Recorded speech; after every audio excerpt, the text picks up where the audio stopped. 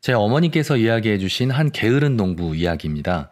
그 농부는 남들이 벽씨를 다 뿌리고 싹이 올라오면 그제서야 벽씨를 뿌렸고, 또 다른 농부들이 모내기를 모두 끝낸 후에 한참이 지나고 나서야 미루고 미루다가 겨우 모내기를 했다고 합니다.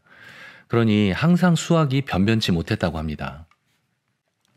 안녕하세요. 소라이 정원입니다. 여러분이 열심히 공을 들여서 잘 조성한 정원이 계속해서 예쁘게 유지되려면 가장 필요한 것은 무엇일까요? 그것은 바로 미루지 않기입니다. 저는 어렸을 때부터 미루는 버릇 때문에 많이 힘들어 했었는데요.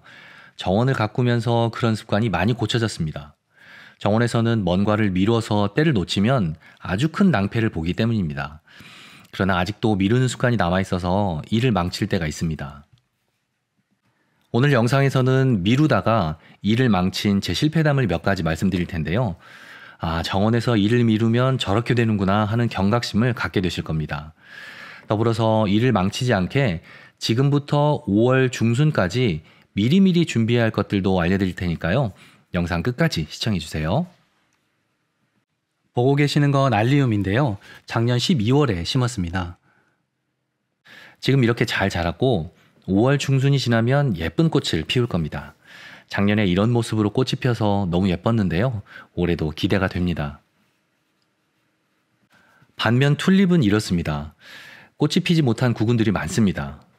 심을 때 꽃을 피울 정도로 굵은 구근이었는데 제가 미루다가 2월 말에 심는 바람에 상태가 이렇습니다. 그러나 이제라도 해야 할 일들을 해야죠. 내년에도 풍성한 튤립꽃을 보려면 지금부터가 중요합니다. 튤립이 예쁘게 피었다가 이렇게 꽃이 지면 이제부터는 구근 비대에 신경을 써야 합니다. 꽃잎이 떨어지면 바로 꽃대를 잘라주고 구근이 더 크게 자랄 수 있도록 비료를 뿌려줍니다.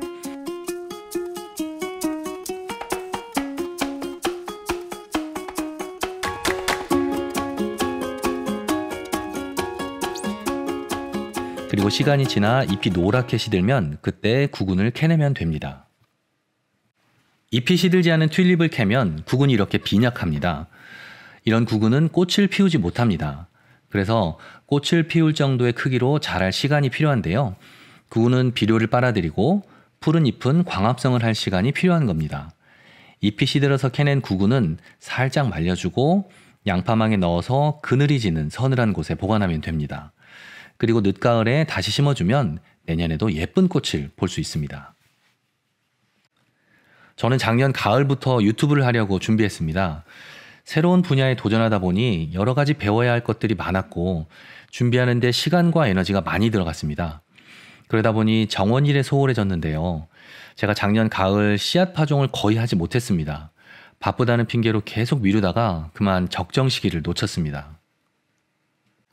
꽃이 지면 씨앗이 여물었나 살펴보고 혹시라도 씨앗이 모두 떨어져 버리면 속상하니까 자주 들여다보면서 정성 들여 씨앗을 받았는데 뿌려보지도 못했습니다.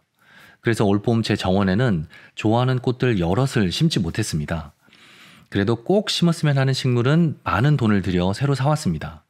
이렇게 정원에서 일을 미루면 꽃이 없는 휑한 정원을 만들거나 안 들어가도 될 돈이 들어갑니다. 아까 튤립 같은 경우도 해마다 구근을 사시는 분들이 많은데 제대로 된 방법으로 제때제때 일을 해주면 매년 구근이 더 늘어나고 또 매년 꽃을 볼 수 있습니다. 가을에 꼭 해야 하는데 놓친 일이 또 있습니다. 바로 정원의 거름 뿌리기입니다. 여기 보시는 꽃은 림난테스입니다. 그리고 옆에 있는 꽃은 네모필라입니다. 네모필라는 모종판에서 땅에 이식을 할 때 땅에 거름이 풍족하게 해서 심어주었는데요. 그래서 이제 막 피는 시기인데도 꽃이 풍성하죠. 반면 바로 옆에서 자연발화에서 핀 림난테스는 땅에 거름기가 없다 보니 이렇게 볼품없게 자랐습니다. 정원에 전체적으로 거름기가 없다 보니 곳곳의 꽃들이 성장이 좋지 못합니다. 늦가을 날씨가 쌀쌀해지면 정원에 거름을 꼭 뿌려주어야 합니다.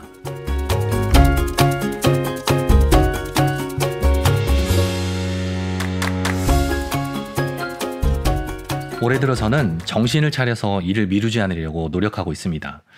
비록 초봄에 피는 식물들의 파종 시기는 놓쳤지만 늦봄부터 초여름까지 꽃을 피울 식물들은 제때 파종을 해서 여기 이렇게 싹이 잘 올라오고 있습니다. 싹이 잘 올라오고 있으니 이제는 손 놓고 있으면 될까요? 아니요. 이제는 여름부터 가을까지 피는 꽃들을 준비할 때입니다. 지금부터 여름에서 가을까지 꽃을 피우게 될 씨앗들은 무엇이 있는지 소개해 드리도록 하겠습니다.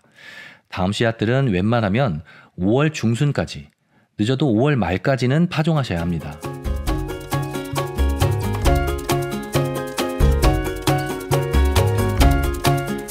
백일홍입니다. 요즘은 백일홍이 색도 정말 다양하고 크기도 다양합니다. 저는 작년에 여러 가지 새로운 백일홍 씨앗을 많이 구입해서 심어봤는데요. 올해도 또 다른 백일홍을 구입해서 심어보려고 합니다. 코스모스도 요즘은 품종이 아주 다양합니다.